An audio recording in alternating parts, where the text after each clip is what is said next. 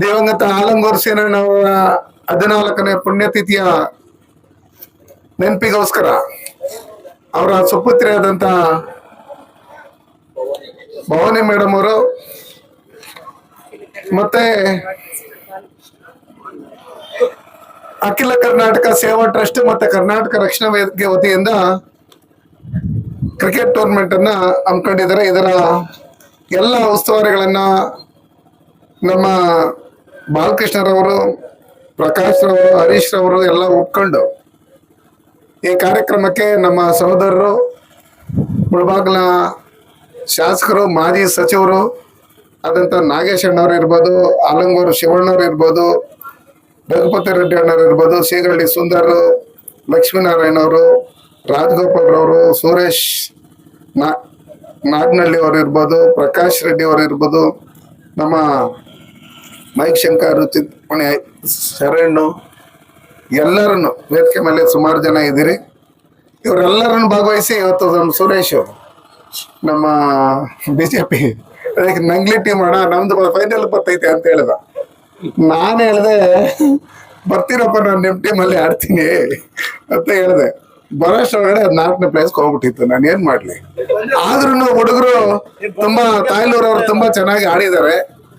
ಅವರು ಫೈನಲ್ ವರ್ಗೂ ಬಂದಿದ್ದಾರೆ ಅಂದ್ರೆ ಅವರು ತುಂಬಾ ಕಷ್ಟಪಟ್ಟು ಆಡಿದ್ರು. ನಾವು ಸಣ್ಣ ಪುಟ್ಟ ಅಳಿಲ್ಸೇವೆ. ಒಂದು ಟೀಮ್ ವರ್ಕ್ ಏನಿದೆ 11 ಜನದ ಮೇಲೆನೆ ಇರ್ತೈತೆ, ಒಬ್ಬೊಬ್ರದನು ಒಬ್ಬೊಂದು ಇರ್ತೈತೆ. ನಮ್ಮ ಏನು ಕೆಲಸ ಇತ್ತು ಅದನ್ನ ನಾವು ಮಾಡಿದ್ವಿ. ನೀನು ಕೆಲಸ ಮಾಡಿ ಆಪರೇಷನ್ ಆದ್ರೂ ಫೀಲ್ಡಿಂಗ್ ಗಿಲ್ಡಿಂಗ್ ಎಲ್ಲ ಮಾಡಿದೀಯಾ. ಅದಕ್ಕೆ ನಾನು ಹೇಳೋದೇನಂದ್ರೆ ಅವಕಾಶಗಳು ಯಾವಾಗ್ಲೂ ಸಿಕ್ಕಲ್ಲ. ಸಿಕ್ಕಂತ ಟೈಮಲ್ಲಿ ಅದನ್ನ ಬಳಸ್ಕೊಂಡ್ಬಿಡ್ಬೇಕಷ್ಟೇ. ಏನ್ ಹೇಳಿ? ಇನ್ನೊಂದು ಮ್ಯಾಚ್ ಆಡೋಣ ಬಿಡು ಅನ್ನೋ ಲೆಕ್ಕಾಚಾರದಲ್ಲಿ ಹೋದ್ರೆ ನಮ್ಗಿನ್ನ ಚೆನ್ನಾಗಿ ಆಡಿದ್ರೆ ನಾವು ಇರಲ್ಲ ಅಲ್ಲಿ ಸೆಮಿಫೈನಲ್ ಅಲ್ಲಿ 4ನೇ ಪ್ಲೇಸ್ಗೆ ಹೋಗಿರ್ತೀರಿ ಅಲ್ಲ. ಅದಕ್ಕೋಸ್ಕರ ನಂಗ್ಲಿಯವರನ್ನು ತುಂಬಾ ಚೆನ್ನಾಗಿ ಆಡ್ತಾರೆ. ಮುಂದಿನ ದಿನಗಳಲ್ಲಿ ಇನ್ನೂ ಉನ್ನತ ಮಟ್ಟದಲ್ಲಿ ನಾವು ಆಲಂಗೂರು ಸೀನಣ್ಣವ್ರ ಬಗ್ಗೆ ಮೊದ್ಲಿಂದನೂ ಈಗಾಗ್ಲೇ ಎಲ್ಲರೂ ಹೇಳಿದಿರಿ. ನಮ್ಮಲ್ಲಿ ಯುವಕರು ಇದ್ದಾರೆ ಸುಮಾರು ಜನಕ್ಕೆ. ಆಲಂಗೂರು ಸೀನಣ್ಣವರು ಈ ಮುಳಬಾಗಿಲಿಗೆ ಏನೇನು ಕೊಡುಗೆ ಕೊಟ್ಟಿದ್ದಾರೆ ಅನ್ನೋ ಲೆಕ್ಕಾಚಾರದಲ್ಲಿ ಗೊತ್ತಿಲ್ಲ. ಅವಕಾಶಗಳು ಸಿಕ್ಕಿದಾಗ 2 ಸಲ MLA ಆಗಿದ್ದಂತ ಸಂದರ್ಭದಲ್ಲಿ, ತೋಟಗಾರಿಕಾ ಸಚಿವರು ಮತ್ತೆ ಪೌರಾಡಳಿತ ಸಚಿವರಾಗಿದ್ದಂತ ಸಂದರ್ಭದಲ್ಲಿ ಅವರು ನಮ್ಮ ಮುಳಬಾಗಿಲಿಗೆ ಏನೇನ್ ಬೇಕು ಅಂತ ಲಿಸ್ಟ್ ಮಾಡ್ಕೊಂಡು ಇವತ್ತು ಅಂಬೇಡ್ಕರ್ ಪ್ರತಿಮೆ ಇರ್ಬೋದು, ಅಂಬೇಡ್ಕರ್ ಭವನ ಇರ್ಬೋದು, ರೈತರ ಸಾಗುವಳಿ ಚೀಟಿಗಳು ಕೊಟ್ಟಿರ್ಬೋದು, ನೇತಾಜಿ ಕ್ರೀಡಾಂಗಣ ಅಭಿವೃದ್ಧಿ ಮಾಡಿರ್ತಕ್ಕಂಥದ್ದು, DVG ಕನ್ನಡ ಭವನನ್ನ ನಿರ್ಮಾಣ ಮಾಡಿರ್ತಕ್ಕಂಥದ್ದು, ಎಲ್ಲಾ ಸಮುದಾಯ ಭವನಗಳನ್ನ ಕಟ್ಟಿರ್ತಕ್ಕಂಥದ್ದು ಇರ್ಬೋದು, ಟೊಮೊಟೊಗೆ ಬೆಂಬಲ ಬೆಲೆ ಕೊಟ್ಟಿರ್ತಕ್ಕಂಥದ್ದು ಇರ್ಬೋದು, ಶಾಲಾ ಕಾಲೇಜುಗಳ ನಿರ್ಮಾಣ ಇರ್ಬೋದು, ಗ್ರಾಮೀಣ ಪ್ರದೇಶಗಳಲ್ಲಿ 12 ಪ್ರೌಢಶಾಲೆ ಇರ್ಬೋದು, ಗ್ರಾಮೀಣ ಪ್ರದೇಶಗಳಲ್ಲಿ ವಿದ್ಯುತ್ ಅಂದ್ರೆ ಪವರ್ ಸ್ಟೇಷನ್ಗಳನ್ನ, ಸಬ್ ಸ್ಟೇಷನ್ಗಳನ್ನ ಮಾಡಿರ್ತಕ್ಕಂಥದ್ದು ಇರ್ಬೋದು, ಮಿನಿ ವಿಧಾನಸೌಧ ಕಟ್ಟಿರ್ಬೋದು, PWD ಕಟ್ಟಡ ಇರ್ಬೋದು, ನಗರಸಭೆ ಕಟ್ಟಡ ಇರ್ಬೋದು, ಆಸ್ಪತ್ರೆ, ಸಮೂಹ ಕೇಂದ್ರಗಳು. ಇವಾಗ ಏನು ನಾವು ಹೋಬಳಿ ಹೆಡ್ ಕ್ವಾರ್ಟರ್ಗಳಲ್ಲಿ, ಪಂಚಾಯತಿ ಹೆಡ್ ಕ್ವಾರ್ಟರ್ಗಳಲ್ಲಿ ನಾವು ಕಟ್ಟಿರ್ತೀರ ಅದಿರ್ಬೋದು, ಒಡ್ರಳ್ಳಿಯಲ್ಲಿ APMC ಮಾರ್ಕೆಟ್ ಇರ್ಬೋದು, ಅದಾದ್ಮೇಲೆ ಗ್ರಾಮೀಣ ರಸ್ತೆಗಳ ನಿರ್ಮಾಣ ಇರ್ಬೋದು, ವಿವಿಧ ವಸತಿ ಇಲಾಖೆಗಳಿಂದ ಬಡವರಿಗೆ ಸಾವಿರಾರು ಮನೆಗಳ ನಿರ್ಮಾಣ ಇರ್ಬೋದು, ಅಹಿಂದವರೆಗೂ ರಾಜಕೀಯದಲ್ಲಿ ಬೆಳೆಸಿರ್ತಕ್ಕಂಥವ್ರು, ಕೆರೆಗಳ ಅಭಿವೃದ್ಧಿ ಇರ್ಬೋದು, ಅರಣ್ಯ ಅಭಿವೃದ್ಧಿ ಇರ್ಬೋದು, ಆಮೇಲೆ ಹಳ್ಳಿಗಳಲ್ಲಿ KVF ಡೈರಿಗಳಿರ್ಬೋದು, KSRTC ಬಸ್ ನಿಲ್ದಾಣ ಇರ್ಬೋದು, KSRTC ಡಿಪೋ ಇರ್ಬೋದು, ಬೆಂಗಳೂರಲ್ಲಿ ಹೈಕೋರ್ಟ್ ಯಾವ ರೀತಿ ಅದ ಅದೇ ಮಾದರಿಯಲ್ಲಿ ಮುಳಬಾಗಿಲಲ್ಲಿ ಹೈಕೋರ್ಟ್ ಕಟ್ಟಡ ಕಟ್ಟಿರ್ತಕ್ಕಂಥದ್ದು ಇರ್ಬೋದು. ಇದನ್ನೆಲ್ಲ ಆಲಂಗೂರು ಸೀನಣ್ಣವರು ಅವರ ಕಾಲದಲ್ಲೂ ಪ್ರಯತ್ನ ಪಟ್ಟು ಎಲ್ಲ ಕೆಲಸಗಳನ್ನ ಮಾಡಿ ಇವತ್ತು ಜನರ ಮನಸ್ಸಲ್ಲಿ ಉಳ್ಕೊಳ್ಳೋಂತ ರೀತಿಯಲ್ಲಿ ಕೆಲಸ ಮಾಡಿದ್ದಾರೆ. ಹಂಗಾಗಿ ನಾನು ಹೇಳೋದಿಷ್ಟೇ, ಮನುಷ್ಯನ ಜೀವನ ನೀರ್ ಮೇಲೆ ಗುಳ್ಳೆ ಇದ್ದಂಗೆ. ಎಷ್ಟ್ ದಿನ ಇರ್ತಾನೋ ಗೊತ್ತಿಲ್ಲ.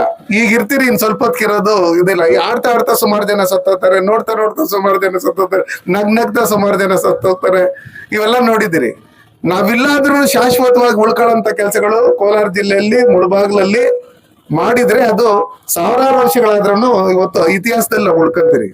ಅಂತ ಕೆಲಸಗಳನ್ನ ನಮ್ಮ ಆಲಂಗೂರು ಸೀನಣ್ಣವ್ರು ಮಾಡಿದ್ದಾರೆ.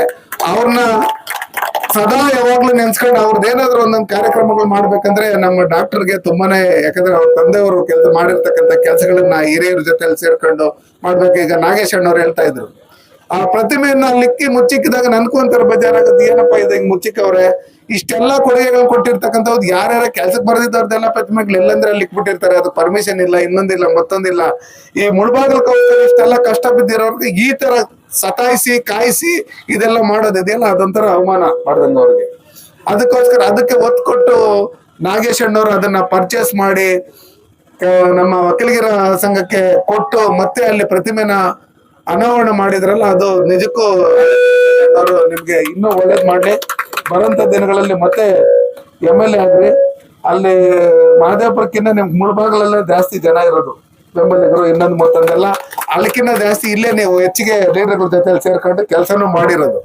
ಅದಕ್ಕೋಸ್ಕರ ನಾನು ಹೇಳೋದೇನಂದ್ರೆ, ನಾವೊಂದ್ಸಲಿ ಒಂದ್ ಜಾಗದಲ್ಲಿ ಗುರ್ಸ್ಕೊಂಡಿದ್ದಾದ್ಮೇಲೆ ಇನ್ನೊಂದ್ ಜಾಗದಲ್ಲಿ ಹೋಗ್ತೀರಿ ಅಂದ್ರೆ ಜನ ಅಲ್ಲಿ ಇದ್ದಾಗಲ್ಲ. ಯಾಕಂದ್ರೆ ಅಧಿಕಾರ ಇದ್ದು ಮಂತ್ರಿ ಇದ್ದು ಕೆಲಸಗಳು ಮಾಡಿದಿರಿ, ಅವಕಾಶಗಳು ಹೆಂಗ್ ಬೇಕಾದ್ರೂ ಬರ್ತೈತೆ.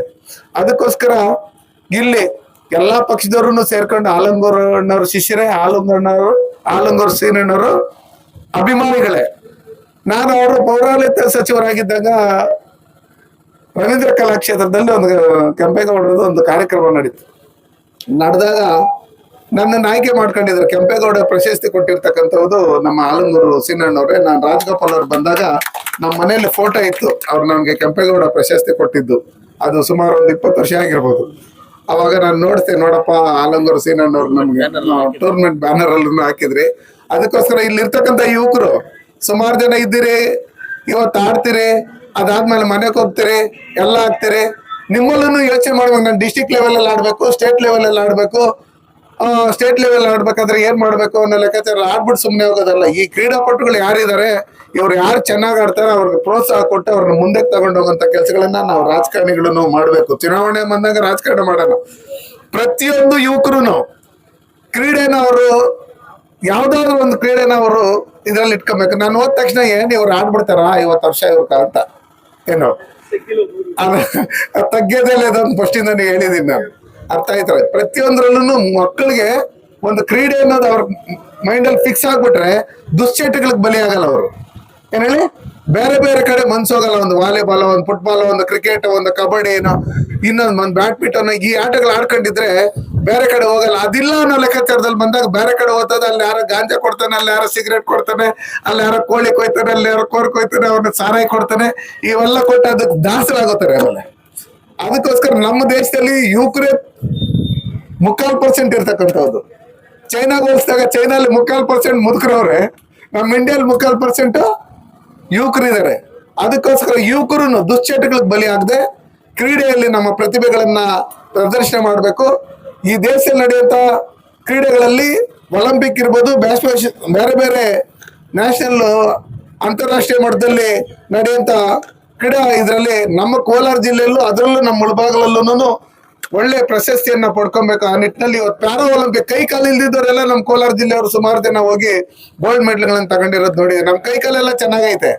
ಹಂಗಿರ್ತಕ್ಕಂಥ ಸಂದರ್ಭದಲ್ಲಿ ನಾವು ಕ್ರೀಡೆಯನ್ನ ಮೈಗೂಡಿಸ್ಕೊಂಡು ನಮ್ಮ ಮಕ್ಕಳಿಗೂ ದೇಶದ ಬಗ್ಗೆ, ಕ್ರೀಡೆ ಬಗ್ಗೆ, ಮತ್ತೆ ನಮ್ಮ ಮುಳಬಾಗಿಲು ಹಿಸ್ಟ್ರಿ ಬಗ್ಗೆ, ಮುಳಬಾಗಿಲಿಗೆ ಯಾರ್ಯಾರು ಏನೇನು ಮಾಡಿದ್ರು ಅಂತೇಳಿ ತಿಳಿದುಕೊಳ್ಳೋದ್ರ ಮುಖಾಂತರ ಶಾಶ್ವತವಾಗಿ ಜನಗಳ ಮನಸ್ಸಲ್ಲಿ ಇರೋಂಥ ರೀತಿಯಲ್ಲಿ ನಾವೆಲ್ಲರೂ ನೋಡಿ ನಡ್ಕೊಬೇಕು.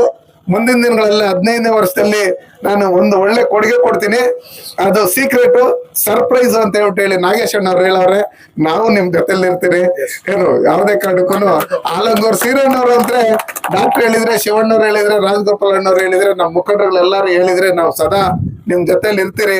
ಎಲ್ಲ ಯುವಕರು ದುಶ್ಚಟಗಳಿಗೆ ಬಲಿ ಆಗದೆ, ಬೇರೆ ಬೇರೆ ಇದಕ್ಕೆ ಹೋಗದೆ, ನಮ್ಮನ್ನ ಡೈರೆಕ್ಟ್ ಆಗಿ ಹೊಡಿಯಕ್ಕಾಗಲ್ಲ ಶತ್ರುಗಳ ಕೈದಲ್ಲಿ. ನಮ್ಮನ್ನ ಇಂಡೈರೆಕ್ಟ್ ಆಗಿ ಯಾವ ತರ ಹೊಡಿತಾರೆ, ದುಶ್ಚಟಗಳಿಗೆ, ಗಾಂಜಾ, ಇನ್ನೊಂದು ಮತ್ತೊಂದು, ಅದು ಇದು ಎಲ್ಲ ವ್ಯಸನಿಗಳನ್ನ ಮಾಡಿ ನಾವು ಮುದುಗರು ಸಾಯ್ತಾ ಇಲ್ಲ. ಈ ನಡುವೆ ಯಾವ ಲೈಟ್ ಕಂಬಗಳಲ್ಲಿ ನೋಡಿದ್ರೆ ಹುಡುಗರದೇ ಫೋಟೋಗಳಿರ್ತದೆ ಸತ್ತೋಗಿರೋದು. ಅದಕ್ಕೋಸ್ಕರ ನಮ್ಮ ಯುವಕರು ಈ ದುಶ್ಚಟಗಳಿಗೆ ಬಲಿ ಆಗದೆ ಈ ಸಮಾಜನ ಕಟ್ಟುವಂತ ಕೆಲಸ, ಈ ದೇಶನ ಕಟ್ಟುವಂತ ಕೆಲಸ ನಾವೆಲ್ಲರೂ ಒಟ್ಟಿಗೆ ಸೇರಿ ಮಾಡಬೇಕು. 140 ಕೋಟಿ ಜನಸಂಖ್ಯೆ ಇದೆ. ನೆಕ್ಸ್ಟ್ ಮೆಡ್ಲ್ ಅನ್ನೋ ಲೆಕ್ಕಾಚಾರದಲ್ಲಿ ಬಂದಾಗ 1 ಕೋಟಿಗೆ 1 ಮೆಡ್ಲ್ ಅಂದ್ರೆ 140 ಕೋಟಿಗ 140 ಮೆಡ್ಲ್ ಬರ್ಬೇಕು. ಆ ಒಲಿಂಪಿಕ್ ದಾಗ್ಲಿ, ಇನ್ನೊಂದಾಗ್ಲಿ, ಮತ್ತೊಂದಾಗ್ಲಿ. ನಮ್ಮ ಗ್ರಾಮೀಣದಲ್ಲಿ ಬಡವರು ಇರ್ಬೋದು, ಅವ್ರವ್ರ ಪ್ರತಿಭೆ ಇದೆ, ಅದನ್ನ ಬೇರೆದ ಕಡೆ ಕಳಿಸ್ದೆ ಅದರಲ್ಲಿ ಮುಂದುವರಿಸಿದ್ರೆ 100% ನೀವು ಸಕ್ಸಸ್ ಆಗ್ತೀರಿ. ನಿಮ್ ಜೊತೆಲಿ ನಾವ್ ಇರ್ತೀರಿ ಅಂತ ಹೇಳಿ ಈ ಸಮಾರಂಭಕ್ಕೆ ನಮ್ಮ ಬಾಲು ಅವರು, ಎಲ್ಲರನ್ನು, ಹರೀಶ್ ಅವರು, ಪ್ರಕಾಶ್ ಅವರು, ಎಲ್ಲಾರು, ಗಂಗಾಧರ್ ಅವರು, ಎಲ್ಲರನ್ನು ಚೆನ್ನಾಗಿ ಮಾಡಿದಿರಿ. ಇವತ್ತು ಇಲ್ಲೇನ್ ಮಾಡಿದ್ರಿ ಇದು ನೆಕ್ಸ್ಟ್ ಇದು ಲೇಔಟ್ ಆಗೋತೈತೆ, ಅದಕ್ಕೋಸ್ಕರ ಟೌನ್ಗೆ ಬನ್ನಿ. ಆಲಂಗೂರು ಸೀನಣ್ಣವ್ರ ಬಗ್ಗೆ ಇನ್ನೂ ಒಂದಷ್ಟು ಜನಕ್ಕೆ ವಿಷಯಗಳು ಯುವಕರಿಗೆ ಗೊತ್ತಾಗ್ಲಿ, ಟೌನ್ ಅಲ್ಲಿ ಚೆನ್ನಾಗಿ ಒಳ್ಳೆ ಕ್ರೀಡೆಗಳನ್ನ ಮಾಡೋಣ. 3 ದಿನಾನು ವಿವಿಧ ಕ್ರೀಡೆಗಳು, ಕ್ರಿಕೆಟ್ ಜೊತೆಲಿ ಕಬಡ್ಡಿ ಇದನ್ನೆಲ್ಲ ಮಾಡೋಣ. ಕುಸ್ತಿ ಏನ್ ನಡೆಸ್ತಾ ಇದ್ರೆ ಅಲ್ಲಿ ಕುಸ್ತಿನೂ ಮಾಡಿಸ್ಬಿಡೋಣ ಬೇಕಾದ್ರೆ 15 ವರ್ಷದಲ್ಲಿ. ಒಳ್ಳೊಳ್ಳೆ ಕುಸ್ತಿಪಟುಗಳವ್ರೆ. ನಾನು ಮುಳಬಾಗ್ಲಲ್ಲಿ ಕುಸ್ತಿ ಆಡಕ್ ಬರ್ತಾ ಇದೆ ಉರುಸುಗಳು ಇನ್ನೊಂದು ಮತ್ತೊಂದು ಆದಾಗ. ನಮ್ ಶರ್ಮಾ ಅವರು ಇವರೆಲ್ಲ ಕುಸ್ತಿಪಟುಗಳು ಕಲಾಸಪಾಳ್ಯ ಇದರಿಂದ ಎಲ್ಲ ಬರೋದು ಸಂಪರ್ಕದಿಂದ ಇರ್ಲಿಲ್ಲ. ಅವಾಗ ಅಲ್ಲಿ ಕುಸ್ತಿಗೆ ಬರ್ತಾ ಇದ್ದೆ. ಒಂದ್ ಲೈಟ್ ಕಂಬಕ್ಕೆ 10 ಆರನ್ಗಳು, ಲಾ ಬೇಡಿ, ಆ ಬೇಡಿ, ಈ ಬೇಡಿ, ಲಕ್ಷ್ಮಿ ಬೇಡಿ, ಗಣೇಶ ಬೇಡಿ ಅಂತ ಆ ಸೌಂಡ್ ತಡ್ಕೊಳಕ್ ಆಗ್ದಿರ ಆ ಬೆಟ್ಟಕ್ಕೆ ಹತ್ತು ಬಿಡ್ತಾ ಇದ್ದೆ ನಾನು. ಅದಕ್ಕೋಸ್ಕರ ನಮ್ಮಲ್ಲಿ ಕರ್ನಾಟಕದ ಮೂಡಲ್ ಬಾಗ್ಲು ನಿಮ್ಗೆಲ್ಲರಿಗೂ ಒಳ್ಳೇದಾಗ್ಲಿ. ಡಾಕ್ಟರ್ಗೂ ಇನ್ನೂ ಒಳ್ಳೆ ಆಯುಷ್ಯ, ಆರೋಗ್ಯ, ಐಶ್ವರ್ಯ ಎಲ್ಲ ತಂದೆಯವರ ಆಶೀರ್ವಾದ ಇರ್ಲಿ. ನಾವು ನಿಮ್ ಜೊತೆಲಿ ಇರ್ತೀರಿ ಅಂತ ಹೇಳಿ ಈ ಸಭೆಗೆ ಕರೆದು 4 ಮಾತನಾಡಲು ಅವಕಾಶ ಮಾಡಿ ತಮ್ಮೆಲ್ಲರಿಗೂ ಅನ್ಸಿ ನಾನು ಮಾತನ್ನು ಮುಗಿಸ್ತೀನಿ. ಜೈ ಹಿಂದ್, ಜೈ ಭಾರತ್.